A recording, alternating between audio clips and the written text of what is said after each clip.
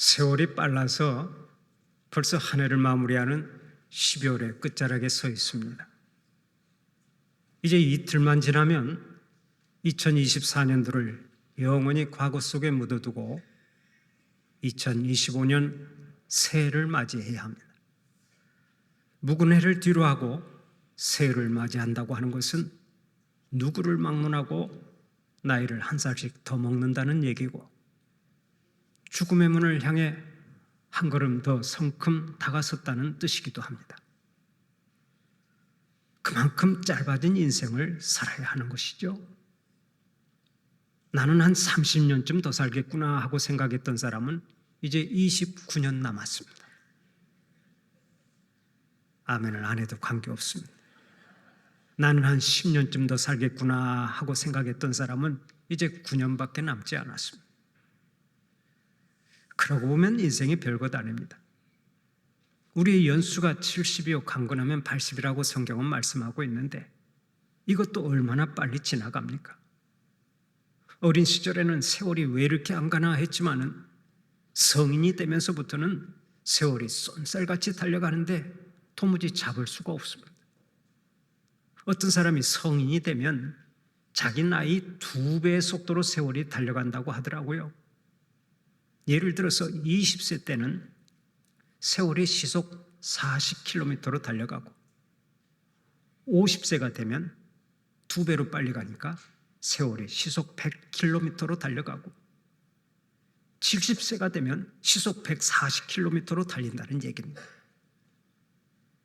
그래서 한 주간이 주일, 수요일, 금요일, 주일로 3일 만에 돌아오는 것 같다가 더 나이가 들면 주일, 수요일, 주일로 딱 이틀 만에 돌아오는 느낌을 받습니다. 세월이 너무 빨리 가는 거예요. 이렇게 세월이 쏜살같이 흘러가면 덩달아 따라오는 것이 뭐가 있습니까? 주름살과 흰머리와 쇠퇴하는 것이 따라옵니다. 이것은 아무도 막을 수가 없습니다. 한 젊은이가 고속버스를 타고 가다 옆에 앉은 할머니에게 물었답니다. 할머니, 올해 연세가 어떻게 되시나요? 뭐라고? 할머니 올해 몇 살이나 되셨냐고요? 나 주름살. 아이고, 할머니가 농담도 잘하시네요. 주민등록증은 있으세요? 주민등록증은 없고 골다공증하고 건망증은 있어. 이렇게 재밌게 말을 잘하세요. 그럼 건강은 어떠세요? 건강도 유통기한이 벌써 지나갔어. 재밌는 이야기를 나눴다는 일화가 있습니다. 운동을 아무리 열심히 하고 좋은 음식을 아무리 많이 먹어도 나이가 들면 쇠퇴하기 마련이죠. 흰머리가 늘어나고 쇠퇴하는 것을 막을 사람이 없습니다.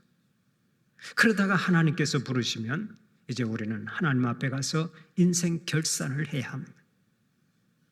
해마다 연말이면 가정이나 교회나 국가가 연말 결산을 합니다. 예산은 달성했는지, 손익계산은 어떤지, 한 일과 못다한 일은 무엇인지, 잘한 일과 못한 일은 어떤 것이 있는지를 놓고 하나하나 결산을 합니다. 바로 이것처럼 우리 인생도 하나님 앞에서 인생을 결산할 날이 있는 것입니다. 이 세상에서 어떻게 살았는지, 이 땅에서 무엇을 남겼는지, 한 생을 살아가면서 사명 잘 감당했는지를 놓고 하나님 앞에서 낱낱이 결산할 때가 있습니다.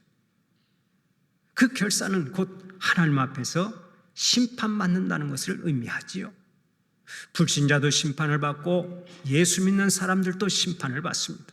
그런데 불신자와 신자는 심판의 성격이 완전히 다릅니다. 불신자는 죄의 심판을 받습니다. 형벌을 받기 위해서 심판을 받는 것입니다. 그러나 예수를 믿는 사람들은 형벌을 받기 위한 심판을 받지 않습니다. 그러면 어떤 심판을 받습니까? 신자들은 상급 심판을 받습니다. 성경이 그것을 증언합니다. 이는 우리가 다 반드시 그리스도의 심판대 앞에 나타나게 되어 각각 선악간에 그 몸으로 행한 것을 따라 받으려 함이라. 보라, 내가 속히 오리니 내가 줄 상이 내게 있어 각 사람에게 그가 행한 대로 갚아주리라. 우리가 이것을 생각하면 오늘을 잘 살아야 합니다. 오늘 바르게 살고 오늘 정직하게 살아야 합니다. 오늘 하나님의 자녀답게 살고 오늘 거룩하게 살아야 합니다. 오늘 사명 잘 감당하고 오늘 하나님 앞에서 충성을 다해야 하는 것입니다. 사랑하는 우리 성도들은 하나님께서 주신 오늘이라고 하는 시간을 잘 살아서 하나님 앞에 설 때 큰 상 받는 자들이 되시기를 축원합니다. 그런 의미에서 오늘의 달란트 비유를 주목해야 합니다. 오늘 우리가 함께 봉독했던 본문은 우리에게 너무나 친숙한 달란트 비유입니다. 어떤 사람이 타국에 가면서 집에 있는 종들을 불러 5달란트, 2달란트, 1달란트를 나누어 주었습니다. 여기서 1달란트는 노동자가 20년 동안은 일해야 벌 수 있는 큰 돈입니다. 미국의 임금을 기준으로 계산하면 대략 100만 달러, 15억 정도 되는 돈이라고 말할 수 있습니다. 그러니까 종들의 입장에서는 재능을 따라 상상을 초월하는 돈을 받게 된 것입니다. 그 수년이 지난 뒤에 주인이 집으로 돌아와 결산을 해보았습니다. 그랬더니 5달란트 받았던 종은 5달란트를 다 더 남겼고 2달란트 받았던 종은 2달란트를 더 남겼습니다. 그러나 1달란트 받았던 종은 달란트를 땅에 묻어두고서 실컷 놀다가 처음에 받았던 돈 1달란트만 내놓았습니다. 그때 주인이 1달란트만 내놓은 종을 크게 책망했습니다. 너는 참으로 악하고 게으른 종이로구나. 이 무익한 종을 바깥 어두운 데로 내쫓으라. 거기서 슬피 울며 이를 갈리라. 그러나 5달란트, 2달란트를 더 남긴 종들에게는 크게 칭찬합니다. 잘하였도다 착하고 충성된 종아, 내가 적은 일에 충성하였음에 내가 많은 것을 내게 맡기리니 내 주인의 즐거움에 참여할지어다. 한 해가 저물어가는 이 시간에 우리는 지난 1년 동안 우리들의 섬김과 봉사와 사명을 얼마나 잘 감당했는지 돌아보아야 할 시점에 이르렀습니다. 여러분 한 해 동안 삶의 현장에서 얼마나 주님께 충성을 다하셨습니까? 갈라디아서 5장 22절 23절을 보면 이렇게 말씀합니다. 오직 성령의 열매는 사랑과 희락과 화평과 오래 참음과 자비와 양선과 충성과 온유와 절제니 이 같은 것을 금지할 법이 없느니라. 9가지 성령의 열매를 거두어야 한다고 말씀하는데 이 중에서 7번째 열매가 바로 충성의 열매입니다. 우리가 예수 믿고 구원받고 성령의 인도하심을 따라 살아간다면 마땅히 우리의 삶 속에 나타나야 할 중요한 열매 가운데 하나가 충성의 열매라는 것입니다. 그렇다면 우리는 오늘의 달란트 비유를 통해서 이런 질문을 던져야 합니다. 착하고 충성된 종이라고 칭찬을 받은 사람들은 도대체 어떤 의식을 가지고 충성했을까? 우리가 하나님 앞에서 인생 결산하는 날 똑같이 칭찬받고 큰 상을 받기 위해서 던져야 할 질문이 바로 이것입니다. 여러분, 우리가 착하고 충성된 종이라고 하는 칭찬을 받기 위해서 어떤 의식을 가지고 살아야 하겠습니까? 첫째로 청지기 의식을 가지고 살아야 합니다. 오늘의 본문 14절을 보면 이렇게 말씀하고 있죠. 또 어떤 사람이 타국에 갈 때 그 종들을 불러 자기 소유를 맡김과 같으니, 주인이 먼 나라로 떠나면서 자기 종들을 불러 그들에게 자기 소유를 맡겼다고 했습니다. 그러니까 종들의 입장에서는 주인이 맡겨주신 것을 잠시 맡은 자들에 불과하다는 얘기입니다. 다시 말하면 주인이 잠시 맡긴 것이지 나의 것이 아니라는 얘기입니다. 나는 관리하는 자에 불과할 뿐입니다. 요즘 말로는 매니저에 불과한 것이요, 좀 더 고대적인 언어로 말하자면 청직이라고 할 수 있습니다. 우리는 주인이 아니라 일꾼이요 청직인 것입니다. 그런 의미에서 오늘 본문에 나오는 중요한 포인트는 절대로 얼마나 많이 맡았느냐가 아닙니다. 맡은 것을 어떻게 관리했느냐가 가장 중요한 포인트인 것입니다. 본문에 나오는 5달란트 받은 자와 2달란트 받은 자는 칭찬을 받았지만 1달란트 받은 자는 책망을 받았습니다. 여러분, 여기서 1달란트 받은 사람이 적게 남겼기 때문에 책망을 받았겠습니까? 그렇지 않습니다. 그 사람에게 맡긴 것을 제대로 관리하지 못했기 때문에 책망을 받은 것입니다. 그러면 1달란트 받은 사람이 책망을 받은 이유가 어디에 있습니까? 오늘의 본문 19절 말씀을 통해서 그 답을 찾을 수가 있는데, 19절을 보면 이렇게 말씀합니다. 오랜 후에 그 종들의 주인이 돌아와 그들과 결산할세. 그 종들의 주인이 돌아와 그들과 결산했다고 하지요. 그런데 주인이 돌아올 때 오랜 후에 돌아왔다고 말씀합니다. 그렇다면 혹시 1달란트 받았던 사람은 이런 생각을 했을 가능성이 다분히 있습니다. 주인이 떠나간 후에 오랫동안 돌아오지 않는 걸 보니까 아마 주인은 영 돌아오지 않을지도 몰라. 그러니 뭐 열심히 일할 필요가 있겠어? 이런 생각과 함께 주인이 맡겨주신 것에 대해 전혀 책임의식을 갖지 않았을 가능성이 있습니다. 이런 추측을 뒷받침할 수 있는 근거가 사실은 본문 마태복음 25장과 앞장인 24장에 나와 있는데, 마태복음 24장과 25장은 하나의 중요한 신학적인 주제에 집중되어 있습니다. 그것을 한마디로 말하면 예수 그리스도의 재림 사건이라고 할 수 있습니다. 이미 오신 예수님이 부활 승천하신 후에 다시 오신다고 약속하셨는데, 이것을 가리켜 예수님의 재림이라고 말합니다.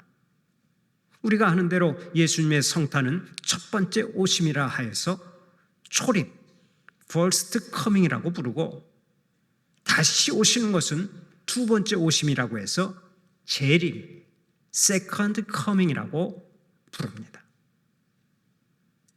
예수님의 초림이 성경의 예언대로 이루어진 것처럼 재림도 성경의 예언대로 반드시 성취될 것입니다. 성경을 연구해 보면 재림에 관한 약속이 얼마나 많은지 모릅니다. 재림의 예언이 초림의 예언보다 훨씬 더 많습니다.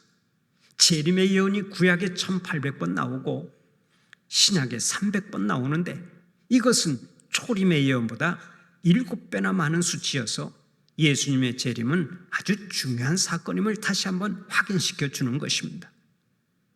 사랑하는 우리 성도들은 예수님이 초림하신 것처럼 하나님의 때에 반드시 재림하실 것을 믿고 오늘을 잘 살아가시기를 바랍니다. 이론적으로만 고백하는 것이 아니라 마음으로 믿고 재림을 대비한 삶을 살아가는 자들이 되시기를 바랍니다. 예수님이 재림하실 때 나는 주님의 심판대 앞에 선다라고 하는 의식을 가지고 있는 사람은 하루하루를 허투루 살지 않습니다. 예수님이 언제 재림하실지 모르니까 그날을 대비해서 항상 오늘 최선을 다해 살아가는 것입니다. 언제 역사의 종말이 오고 나 개인의 종말이 올지 모르니까 하나님 앞에서 부끄럽지 않은 삶을 살아간다는 말씀입니다. 본문에서 주인이 종들에게 달란트를 맡기듯이 하나님께서는 우리에게도 많은 것을 맡겨주셨습니다. 시간도 맡겨주시고 돈도 맡겨주시고 재능도 맡겨주시고 은사도 맡겨주시고 또 우리의 몸도 맡겨주셨습니다. 하나님의 영광을 위해 살아가라고 우리 한 사람 한 사람에게 귀한 것들을 주신 것입니다.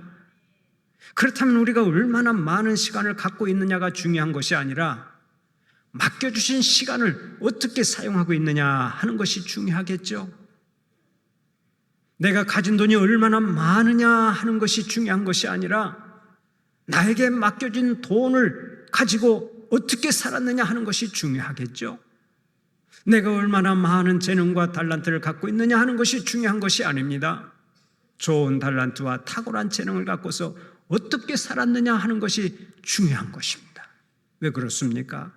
마지막 날 하나님께서는 나에게 맡겨주신 것들을 어떻게 관리했느냐 하고 물으실 것이기 때문입니다. 그때가 되면 우리는 둘 중에 하나가 됩니다. 착하고 충성된 종이 되든지 아니면 악하고 게으른 종이 되든지 둘 중에 하나가 되는 것입니다. 미국 뉴저지주 프린스톤에 로버트 아몬이라고 하는 의사가 있었습니다. 그는 구강외과 의사로 명성을 떨쳤는데 중부 뉴저지 일대에서까지도 환자가 찾아올 정도였습니다. 그는 오세올라 교회의 장로로 충성을 다했고 의술을 천직으로 알아 최선을 다해서 일했습니다. 그는 의사로 일하면서 많은 돈을 벌었습니다. 그러나 하나님이 주신 재물을 먼저 하나님께 돌려드려야 한다는 정신으로 대부분의 수입을 교회에 바치고 선교비로 바쳤습니다. 그런데 이 유명한 의사 아몬에게 고민이 하나 있었습니다. 사실은 그가 대학생 때 목사가 되겠다고 소원한 일이 있었기 때문입니다. 목사가 되기를 소원했는데 부모의 반대로 의사가 되었던 것입니다. 부모님이 네가 의사가 되면 수입이 높고 그 돈으로 주의 일을 많이 할 수 있지 않느냐 하고 설득하는 바람에 의사가 되어 일했던 것입니다. 그러던 어느 날 하나님과의 약속을 지켜야 하겠다고 결심한 후에 이 사람이 프린스턴 신학교에 입학했습니다. 만학도였지만 열심히 공부했습니다. 그는 목사 안수를 받고 유명한 부흥 설교자가 되었는데 그가 바로 오럴 로버트 목사입니다. 국왕이 영어로 오럴이라고 하는데 그가 국왕 의사이기 때문에 오럴 로버트라고 하는 애칭이 본명으로 불리게 된 것입니다. 오럴 로버트 목사는 훗날 이런 간증을 했습니다. 나는 의사로 일하든 목사로 일하든 일에 종료하는 관계없이 그것이 하나님의 일이라고 생각합니다. 그래서 나는 하나님의 심부름꾼으로 산다고 하는 신념을 가지고 전력을 다했을 뿐입니다. 이 목사님의 신념과 의식이 얼마나 확실하고 훌륭합니까? 오늘 우리가 이 땅에서 무엇을 하든지 하나님의 심부름꾼이라고 하는 의식을 가지고 살기만 하면 하나님께 귀하게 쓰임받게 될 줄로 믿습니다. 마지막 날 하나님 앞에서 인생 결산을 할 때 착하고 충성된 종아 네가 잘하였도다 하는 칭찬 듣고 영광의 멸관을 받아 쓰기 위해서 오늘도 청지기의 의식을 가지고 죽도록 충성하는 주님의 자녀들이 되시기를 간절히 축원합니다. 두 번째로 하나님을 믿고 성실하게 살아야 합니다. 오늘의 본문에 나오는 주인은 다른 5달란트와 2달란트를 더 남긴 종들을 이렇게 칭찬합니다. 착하고 충성된 종아 내가 적은 일에 충성하였음에 내가 많은 것을 내게 맡기리니 내 주인의 즐거움에 참여할지어다.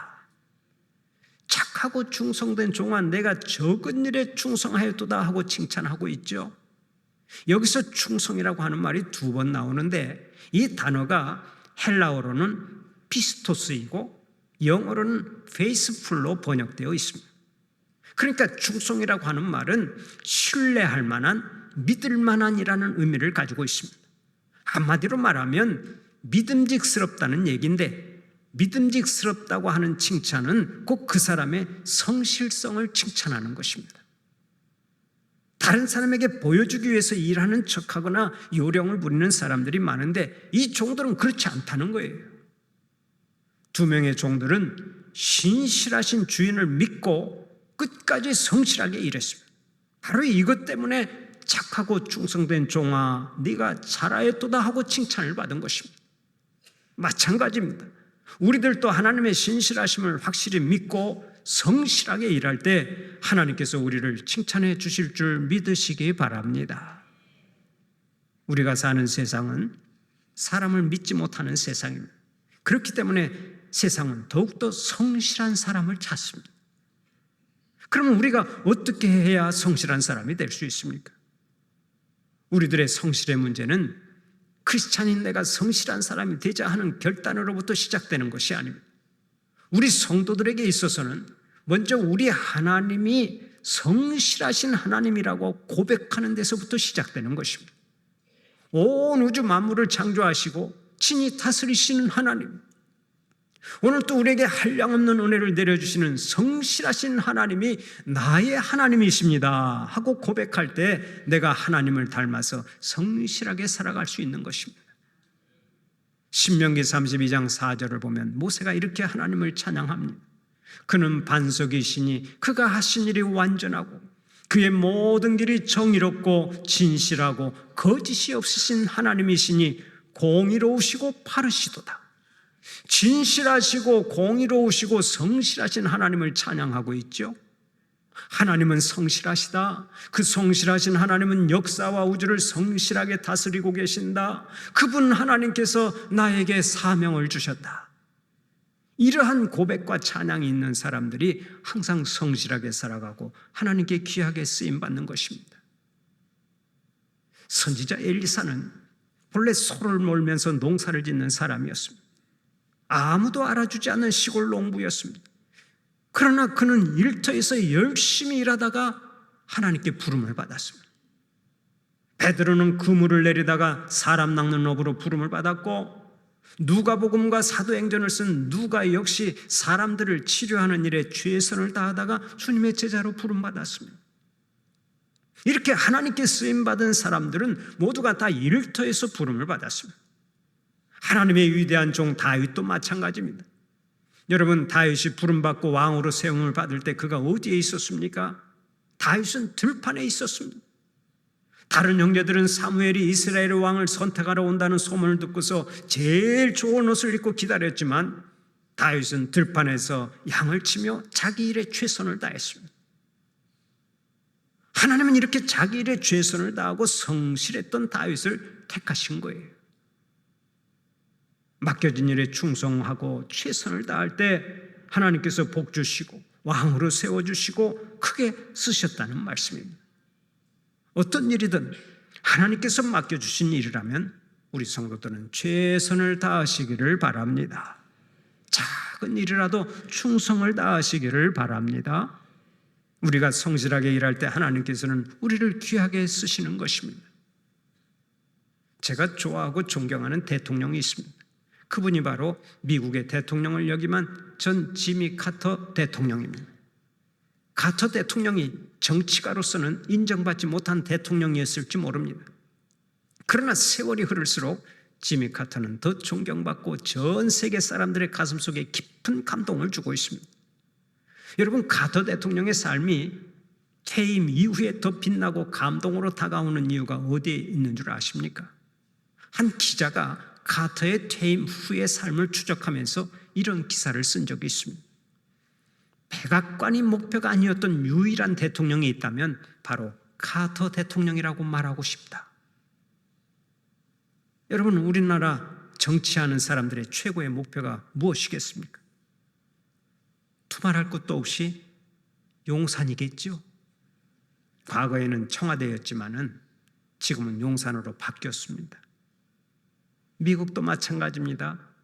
백악관 입성이 최고의 목표일 것입니다. 그러나 카터 대통령에게는 백악관 입성이 목표가 아니었습니다. 백악관은 하나의 수단에 불과했습니다. 그러면 카터의 목표는 무엇이었습니까? 카터의 목표는 오직 하나님을 섬기고 사람들을 섬기는 것이었습니다. 그 섬김의 한 과정에서 백악관이라고 하는 자리가 주어졌을 따름입니다. 그러니까 백악관은 나와도 괜찮은 것입니다. 그것이 그 사람의 삶을 다르게 만들지 않습니다. 백악관을 나와서도 여전히 하나님과 사람을 섬기면 되는 것입니다. 그는 대통령직에서 물러난 뒤에 조지아로 돌아갔습니다. 그곳에 있는 자그마한 교회로 돌아가 옛날처럼 교회학교 교사를 했습니다. 또 한 달에 한 번씩 부인인 로잘린 여사와 교회 청소를 했습니다. 말이 그렇지 이게 쉬운 일이 아니죠. 아무나 흉내내지 못하는 것입니다. 그렇게 카터가 교회 청소를 하니까 그것을 구경하러 오는 사람들이 많았다고 합니다. 그런가 하면 교회 학교 교사로도 봉사했으니까 그것도 구경하러 오는 사람들이 많았는데 어떤 때는 그 교회가 교인보다 구경꾼들이 더 많았다고 합니다. 또 한 달에 한 번씩은 헤비타트라고 하는 사랑의 집 짓기 운동에 동참했습니다. 집 없는 사람들에게 집을 지어주기 위해 직접 망치를 들고 일했던 것입니다. 그리고 카터 연구소에 가서 연구도 하고 국제적인 분쟁이 일어나면 어디든지 달려가 화해시키는 일에 앞장섰습니다. 그래서 국제 분쟁 지역에서는 항상 카터를 조정자로 보내달라는 요구가 높았습니다. 카터만큼은 믿을 수 있다는 것이었습니다. 북한의 김일성 주석도 죽기 전에 자기가 믿을 수 있는 유일한 사람이 카터였다고 고백한 바 있습니다. 여러분, 이렇게 카트가 존경을 받고 사람들에게 신뢰를 받았던 이유가 어디에 있습니까? 누가 뭐라 해도 그의 성실성이 해답입니다. 하나님께서 성실하게 일하시니 나도 삶을 다하는 그날까지 성실하게 일하겠다라고 하는 의식을 가지고 충성을 다하니까 하나님께 귀하게 쓰임받고 사람들에게 존경을 받는 것입니다. 우리나라의 윤모 대통령과는 너무나 다르죠.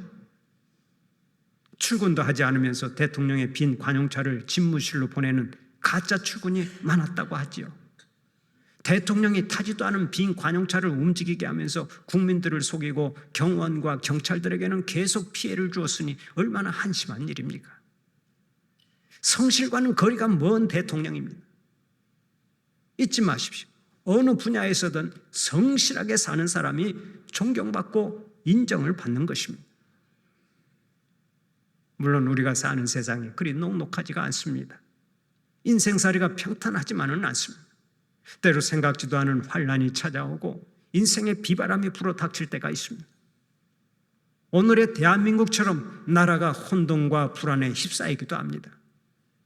그러나 우리가 흔들리는 세상 한복판에서 살고 있다 할지라도 우리 주님만 바라보고 성실하게 살아갈 때 하나님께서 우리를 통해 하나님의 선하신 역사를 써내려 가시는 줄 믿으시기를 바랍니다.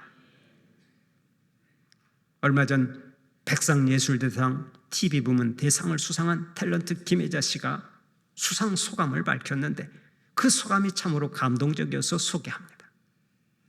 내 삶은 때론 불행했고 때론 행복했습니다. 삶이 한낱 꿈에 불과하다지만 그럼에도 살아서 좋았습니다. 새벽의 쨍한 공기, 꽃이 피기 전 부는 달큰한 바람, 해질 무렵 우러나는 노을의 냄새, 어느 하루 눈부시지 않은 날이 없었습니다. 지금 삶이 힘든 당신, 이 세상에 태어난 이상 당신은 이 모든 것을 매일 누릴 자격이 있습니다. 대단하지 않은 하루가 지나고 또 별거 아닌 하루가 온다 해도 인생은 살 가치가 있습니다. 후회만 가득한 과거와 불안하기만 한 미래 때문에 지금을 망치지 마세요. 오늘을 살아가세요. 눈이 부시게. 당신은 그럴 자격이 있습니다. 누군가의 엄마, 아빠였고 누이였고 형제였고 딸, 아들이었고 그리고 나였을 그대들에게. 제가 영상으로 이 수상 소감을 들었는데 눈물이 나더라고요. 좋은 날도 있고 힘들 날도 있지만 오늘도 눈이 부시게 성실하게 당당하게 살아가라고 말합니다. 우리는 그렇게 살 자격이 있고 또 그렇게 살아야 한다는 것입니다. 얼마나 감동적인 얘기입니까? 한 해가 빠르게 지나간 것처럼 우리의 인생도 빠르게 지나가고 있습니다. 우리가 유수와 같은 인생을 다 살고 나면 창조주요 심판주가 되시는 하나님 앞에 서서 우리 인생을 결산해야 합니다.